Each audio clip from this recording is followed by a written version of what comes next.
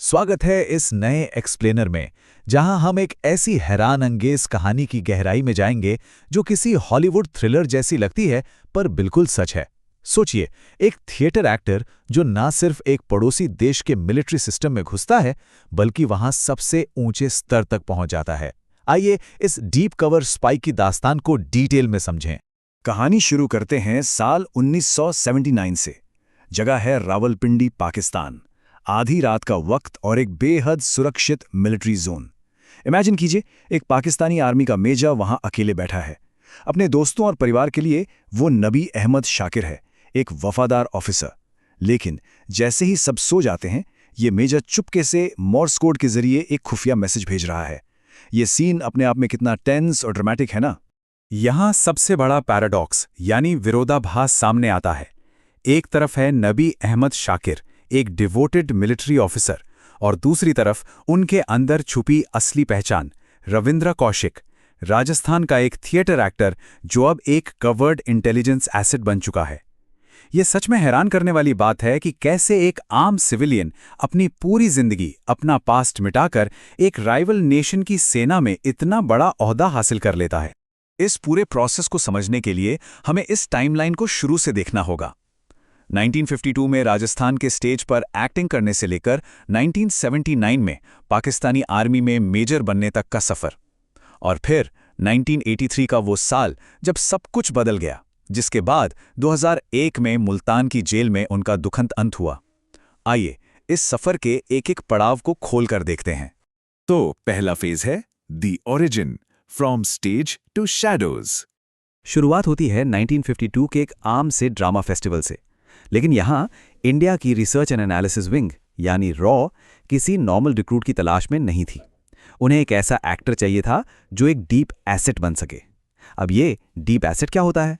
Basically एक ऐसा operative जो किसी टारगेट ऑर्गेनाइजेशन में इतनी गहराई तक घुल मिल जाए और इतने लंबे वक्त तक एक झूठी पहचान के साथ जिए कि उसका असली चेहरा कभी सामने ही ना आए। एक ऐसी एक्टिंग जहां रीटेक का कोई चांस नहीं होता। इनकी तैयारी कोई आसान काम नहीं था। पूरे 2 साल तक एक बेहद सख्त और मैकेनिकल ट्रेनिंग चली। पहला स्टेप, उर्दू भाषा में ऐसी फ्लुएंसी लाना कि कोई शक ना कर सके। दूसरा स्टेप, इस्लामिक थियोलॉजी का बहुत गहरा अध्ययन करना। और तीसरा और शायद सबसे एक्सट्रीम स्टेप था फिजिकल चेंजेस, जिसमें खतना यानी सर्कमसिजन तक शामिल था। ये सब इसलिए जरूरी था ताकि नबी अहमद शाकिर की नई पहचान बायोलॉजिकली और कल्चरली बिल्कुल फ्लॉलेस हो। दूसरा हिस्सा, the perfect disguise, entering the system. अब देखते हैं कि उन्होंने सिस्टम में इन्फिल्ट्रेट कैसे किया। ये एक प्रॉपर वन वे स्ट्रीट थी। सबसे पहले मुल्तान के एक लॉ कॉलेज में एडमिशन लिया। वहां से सफलतापूर्वक पाकिस्तानी आर्मी ज्वाइन की और अपनी काबिलियत के दम पर मेजर के रैंक तक प्रमोट हुए। ये कोई छोटी बात नहीं है। ये रोजाना हर एक पल मौत के साथ खेलने जैसा था। एक छोटी सी गलती, एक चूक और रिजल्ट सीधे कैप्चर और मौत। मेजर के रैंक पर रहते हुए इस एक्सेस का उन्होंने पूरा फायदा उठाया। उन्होंने टॉप सीक्रेट ट्रूप मूवमेंट्स और क्रिटिकल मिलिट्री प्लान्स के डॉक्यूमेंट्स लगातार न्यू दिल्ली भेजे। इस हाई वैल्यू इंटेलिजेंस का नतीजा क्या हुआ? इसकी वजह से हजारों जिंदगियां बचाई जा सकी। ये पूरे ऑपरेशन की सबसे बड़ी सक्सेस थी। ये इन्फॉर्मेशन इतनी सटीक और वैल्यूबल थी कि उस वक्त की प्राइम मिनिस्टर इंदिरा गांधी ने खुद उन्हें एक स्पेशल कोवर्ट टाइटल दिया, द ब्लैक टाइगर। एक सिविलियन जिसका बैकग्राउंड थिएटर का था, उसके लिए ऐसी उपाधि मिलना सच में एक अनपैरेलल्ड अचीवमेंट है। तीसरा हिस्सा, the fatal error, a weak link. पर एस्पियोनाज यानी जासूसी की दुनिया का एक कड़वा सच है। एक बिल्कुल परफेक्टली एग्जीक्यूटेड ऑपरेशन भी किसी बाहरी गलती से तबाह हो सकता है। जरा इस कॉन्ट्रास्ट को देखिए। एक तरफ रविंद्र कौशिक का सालों का फ्लॉलेस डीप कवर, और दूसरी तरफ 1983 में भेजा गया इनायत मसीह, एक लो लेवल आम सा मैसेंजर। ये सच में अफसोसनाक है कि इतना बड़ा इंटेलिजेंस एसेट अपनी किसी गलती से नहीं बल्कि एक लो लेवल कोरियर के कैप्चर होने से कॉम्प्रोमाइज हो गया। जब इनायत मसीह को पाकिस्तानी इंटेलिजेंस ने इंटरसेप्ट किया तो उस पर आईएसआई ने बेहद रूथलेस और सख्त दबाव डाला। इंटेंस इंटेरोगेशन के आगे मसीह टूट गया और उसने मेजर की असली पहचान एक्सपोज कर दी। और इस एक स्टेटमेंट के बाद ऑपरेशन पूरी तरह कोलैप्स हो गया, जिसके तुरंत बाद मिलिट्री पुलिस की रेड हुई।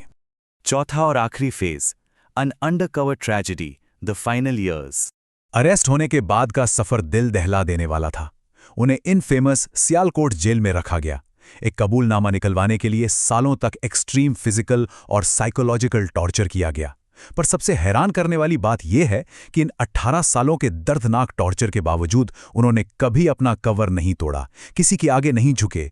अंत में साल 2001 में मुल्तान की जेल में ही उन्होंने अपनी आखिरी सांस ली। उनके इस सैक्रिफाइस का दर्द उनके आखिरी लेटर्स में झलकता है, जो किसी तरह जेल से बाहर स्मगल किए गए थे। एक लाइन में उन्होंने लिखा था, क्या किसी इंसान को देश के लिए जान कुर्बान करने का यही सिला मिलता है? ये एक अकेली लाइन इस अंडरकवर लाइफ की चुकाई गई भारी कीमत को बहुत स्ट्रांगली हमारे सामने रख देती है। तो इस पूरे एक्सप्लेनर के बाद जहां हमने एस्पियोनाज की मैकेनिक्स और इसकी इतनी भारी पर्सनल कॉस्ट को देखा, एक बड़ा सवाल उठता है। जो लोग अपनी पूरी लड़ाई, अपनी पूरी जिंदगी शैडोज में, अंधेरे में निकाल देते हैं, क्या उनकी कहानियों को इतिहास की किताबों में पढ़ाया जाना चाहिए? क्या उन्हें वो रिकग्निशन मिलना चाहिए जिसके वो हकदार हैं? इस सवाल के साथ हम इस चर्चा को यहीं विराम देते हैं। इन शैडोज की कहानी को सुनने और समझने के लिए बहुत बहुत शुक्रिया।